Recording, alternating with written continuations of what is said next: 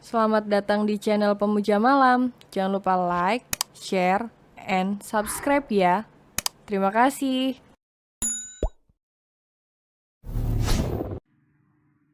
Chapter 2. Galak dan dingin.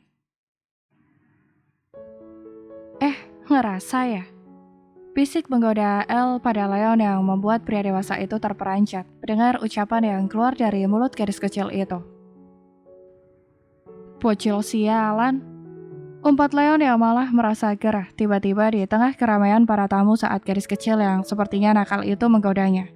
"Jangan dibuka om, nanti orang lain lihat punya El," kata gadis kecil itu dengan pelan pada Leon yang tengah melonggarkan dasinya. "Kau tak punya hak sedikit pun," tegas Leon memutar bola matanya mendengar kata kepemilikan dari mulut bocil ingusan itu. "Ya sabar, lagi berjuang nih, awas kalau sampai lecet. Tidak menerima barang rongsokan," tegas El menatap Leon tajam. Leon meneguk salivanya berkali-kali, tak menyangka kalau dia akan mendengar kata itu dari mulut gadis kecil yang baru dikenalnya kemarin. Belum selesai Leon bicara seketika tepukan tangan para tamu menyadarkan Leon bahwa mereka tengah di atas panggung, bukan berdua saja. Rasanya Leon begitu geram sekarang melihat El yang duduk anggun di depannya seolah tanpa dosa setelah mengatakan hal tadi pada Leon. Gadis kecil itu seperti tak terjadi apa-apa, tersenyum lebar dengan sikap anggun, khas putri mahkotanya yang membuat para pebisnis lain mabuk. Tidak seperti Leon, si pemulung yang hanya memasang wajah datar, bahkan sebal menatap El. Mereka berempat diminta untuk berdiri ke tengah panggung sebagai penerima kategori perusahaan terbaik. "Om, tungguin El," pinta El yang tengah merapikan tali heelsnya yang tersangkut. "Ribet, tidak usah ikut saja," ketus Leon dan akan segera berjalan. "Bersamaku saja," kata seorang pewaris yang berdiri di sebelah Leon. "Duluan kalian," ketus Leon pada kedua pria yang berdiri di sebelahnya. "Cie, cemburu," goda El sangat pelan, yang sudah berdiri di samping Leon. Leon tak menggubris ucapan El, dia berjalan mengikuti dua pewaris yang sudah berjalan duluan. El berdiri di tengah ketiga pria itu untuk menerima penghargaan lalu mereka berfoto bersama. "Yeay!" loncat kegirangan El di atas ranjangnya. Begitu melihat fotonya di medsos bersama ketiga putra mahkota di acara semalam. Dan poin paling penting, El sudah punya foto sama Om Hot. "El, bangun, kamu kan harus sekolah," teriak Mommy El menggedor-gedor pintu kamar El di pagi hari. "Iya, Mom," jawab El langsung OTW kamar mandi. Sesampai di sekolah, "Wah, lo luar biasa El," kata Glenn memeluk sahabatnya yang baru turun dari mobil itu. "Hehe, aku juga nggak nyangka bakal ketemu Om Hot," kekeh El yang kepalanya langsung dicetak oleh Glenn. "Au, sakit Glenn," rayek El yang berjalan bersama Glenn di lorong kelas. "Pikiran lo ya, Om Hot, Om Hit itu aja tiap hari," kesal Glenn padahal Glenn memuji tampilan serta penghargaan yang diterima El semalam, bukan foto bersama para pewaris itu. "Oh, jadi kamu bilang aku luar biasa karena penampilan semalam," malu El. Sedari tadi dia hanya kepikiran Om Hot aja, jadi nggak kepikiran sampai ke sana. "Tapi yang berdiri di sebelah lo beneran Om yang waktu itu, El," kepo Glenn yang diangguki El. "Tapi kayaknya galak sama dingin gitu nggak sih?" pendapat Glenn. "Emang galak sama dingin banget." Pernyataan akurat El karena memang begitu yang El rasakan. "Terus kamu yakin masih ingin deketin dia?" tanya Glenn tulus sebagai seorang sahabat. Dia hanya tak ingin Glenn tersakiti oleh harapannya. "Kenapa tidak? Aku suka sama dia, Glenn," kata El tanpa ragu. Gadis kecil itu benar-benar sudah membulatkan tekad untuk mendapatkan pria impiannya itu. "Iya, tapi aku hanya tak ingin kamu tersakiti oleh harapan kamu sendiri, El," tulus Glenn memeluk El. "Iya sih, kalau mau deketin Om Hot, saingannya emang banyak," suara kecil El yang sadar betul akan hal itu. Itu yang aku maksud, cowok kalau udah tampan, kaya raya, serta belum menikah di usia matang, maka akan banyak sekali wanita-wanita yang mengejarnya. Kata Glenn yang pikirannya jauh lebih dewasa dari Elle. Entah itu untuk popularitas maupun kekayaan, atau benar-benar tulus. Sambung Glenn yang membuat Elle jadi terdiam meresapi setiap ucapan Glenn. Tapi Om Hot itu sombong kok, Glenn. Dia sama sekali tak merespon wanita yang mendekatinya. Kata Elle mengatakan apa yang dilihatnya. Ya justru karena itu Elle, emang kamu gak merasa kalau Om itu juga bersikap sama ke kamu? Pernyataan Glenn realistis saja. Setulus hati Glenn sangat tak ingin sahabatnya tersakiti oleh harapan seperti yang dia rasakan. Sakit hati ini rasanya Elle, melihat orang yang kita cintai bersama orang lain. Kata Glenn mengatakan apa yang telah dia rasakan. Hah, tapi aku beneran suka sama Om Hot. Suara kecil Elle yang sangat paham apa yang sahabatnya sampaikan. Aku akan mencoba berjuang untuk mendapatkannya. Selebihnya aku serahkan kepada Tuhan saja. Kalau memang Om Hot itu jodoh, aku pasti kami akan dipertemukan. Ucapan dewasa Elle yang mengundang senyum tulus di wajah Glenn. Kalau nggak jodoh, tanya Glenn yang lebih mengarah pada keikhlasan dalam mencintai dalam diri Elle. Masa nggak jodoh sih? Tuhan, pokoknya harus. Elle suka dia Tuhan, tegas Elle merengek sambil berjalan maju terus tanpa mengenal mundur. Kok maksa? Kekeh Glenn mengejar Elle yang sudah jalan duluan itu. Kalau maksa nggak bakalan dapet. Pernyataan Elle yang emosi saat membayangkan dia tidak berjodoh dengan Om Hot impiannya. Tapi Elle, kodrat perempuan itu dikejar, bukan mengejar. Kata Glenn memberikan pepatah yang sudah sangat lumrah di masyarakat. Alah, basi. Kalau begitu, apa laki-laki tercipta hanya untuk mengejar perempuan gitu? Sekali-kali lawan arus biar berasa. Pernyataan Silver L yang begitu enak didengar oleh para buaya. Laki-laki. Berjuang itu cukup sekali, kalau nggak dihargai ya perjuangan yang lain. Jawaban enteng L. Benar juga. Setuju Glenn saat ingat bahwa L adalah orang yang cepat jatuh cinta, tapi juga cepat move on. Sekali ini aja ya Om Hot, L berjuang buat dapetin kamu. Tekad L yang sudah sampai di pintu kelas. Ya emang jatahnya sekali L, kalau tahun depan kan udah expired. Kekeh Glenn yang tahu bahwa usia putra mahkota keluarga Aralfred itu sudah 34 tahun. Siapa yang kamu bilang tahun depan sudah expired? Suara dingin seorang pria yang membuat Glenn mengelus lehernya karena merinding.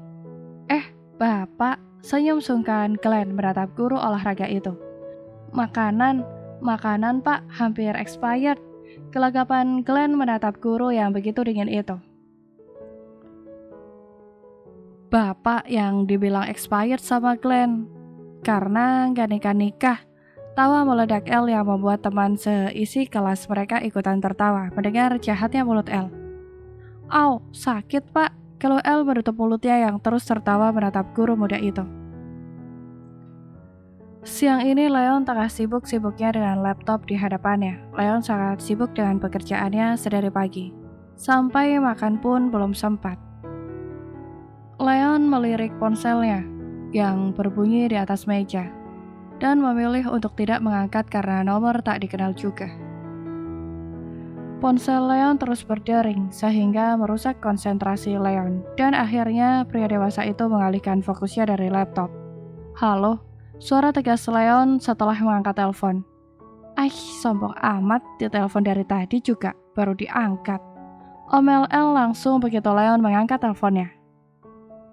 Leon mengernyit menatap ponselnya yang menyala setelah mendengar suara yang familiar itu. Kamu siapa? Tanya Leon sedikit ragu akan siapa yang menelponnya. Jodohmu. Suara manja L yang membuat Leon langsung nyinkron. Apa kamu kurang kerjaan bocil sampai menggangguku? Siang bolong begini, kata Leon tersenyum kecut. Kenapa Om? Gak usah sok cuek deh, bilang aja senang El telepon. Tawa kepedean El di seberang sana. Hus, dasar bocah ingusan, dapat dari mana nomorku? Tanya Leon tersenyum geli dengan gadis kecil mental baja ini. Cie, kepo, goda El yang membuat Leon malah tidak tahu jawab jadinya. Maksudku, tidak sembarang orang yang bisa punya nomorku, karena ini sangat privat, bahkan nomorku tidak terdaftar di situs publik. Heran Leon. Apa sih yang tidak bisa El dapatkan? Kata gadis kecil itu dengan sombongnya tertawa ria. Leon menarik nafas dalam-dalam, lalu segera mematikan telepon itu sebelum emosinya meledak. Jika lama-lama berbicara dengan bocah nakal itu. Apalagi bocil, jangan menggangguku.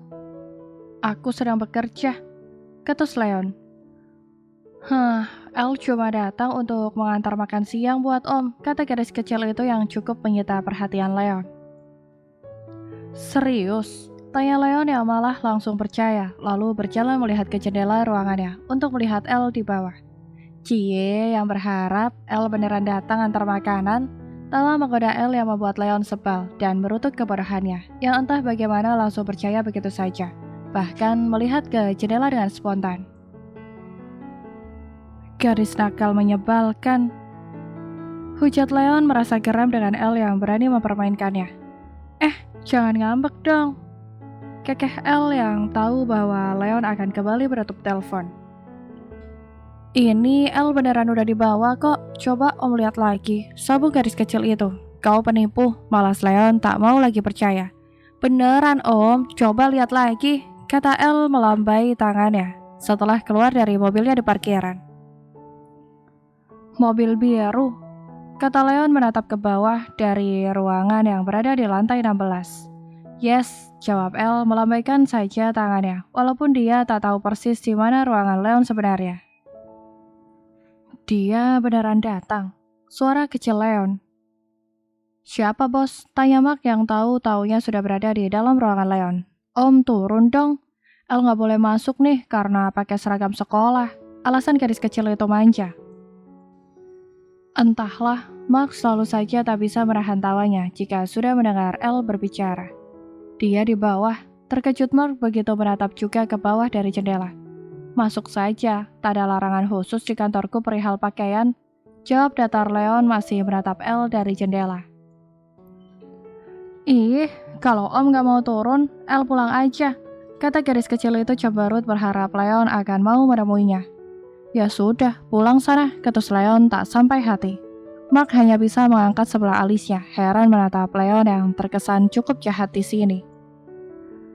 Om jahat, padahal El udah sempetin buat antar makanan buat Om, tapi malah gak Om hargain. Om jahat, teriak El lalu menutup telepon dengan kecewa. Leon, dia bisa menangis, kau ini jahat sekali, tidak bisa menghargai. Sebal Mark emosi dengan spontan melihat Leon yang sama sekali tak menghargai perasaan gadis kecil yang sudah berbaik hati padanya. Leon masih menatap El yang masih berdiri di dekat mobilnya, yang menatap ke atas dengan tatapan seduh itu. Leon kembali menelpon El tapi gadis kecil itu sudah tidak mengangkat sama sekali.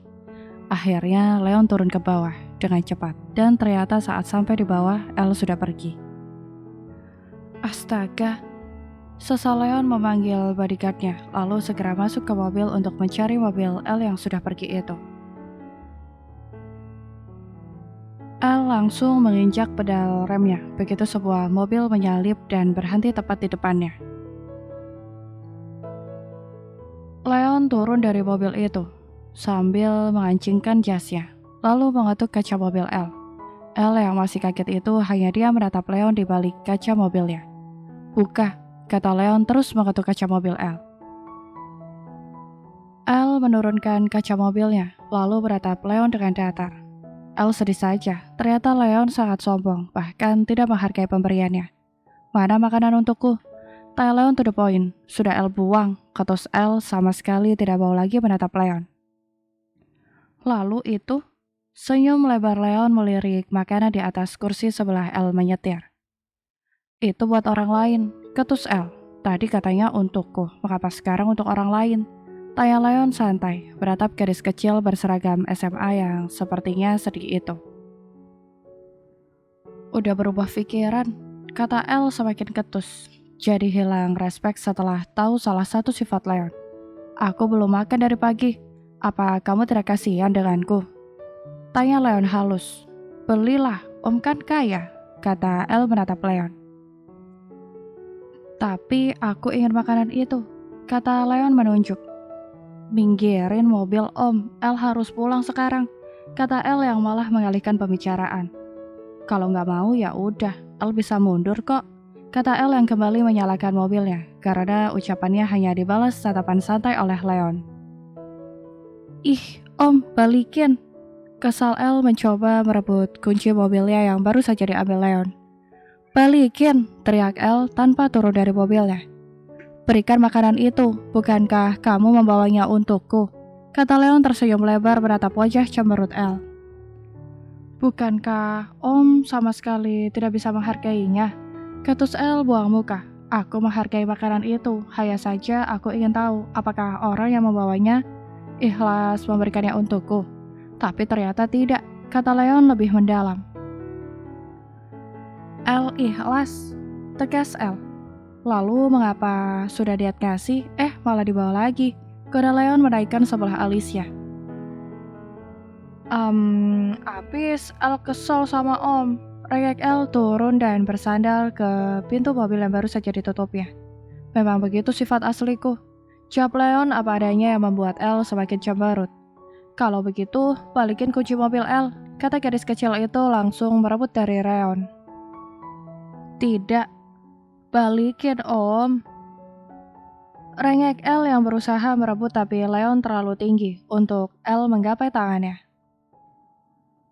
Anak SMA Dedi. Tawa meledak mobil Leon, beratap Leon di seberang jalan sana, tengah bersama seorang anak SMA. Iyalah, kan dia anak Dedi. Ya pasti seleranya yang segar-segar, cibir Dedi dengan bangga. Dasar gatal, cemberut Mommy melihat suaminya yang tersenyum genit itu. Apa sih Cila? Kok kamu malah marah? Kekeh Dedi bertanya pada istrinya itu sambil terus memandangi anaknya di seberang jalan sana.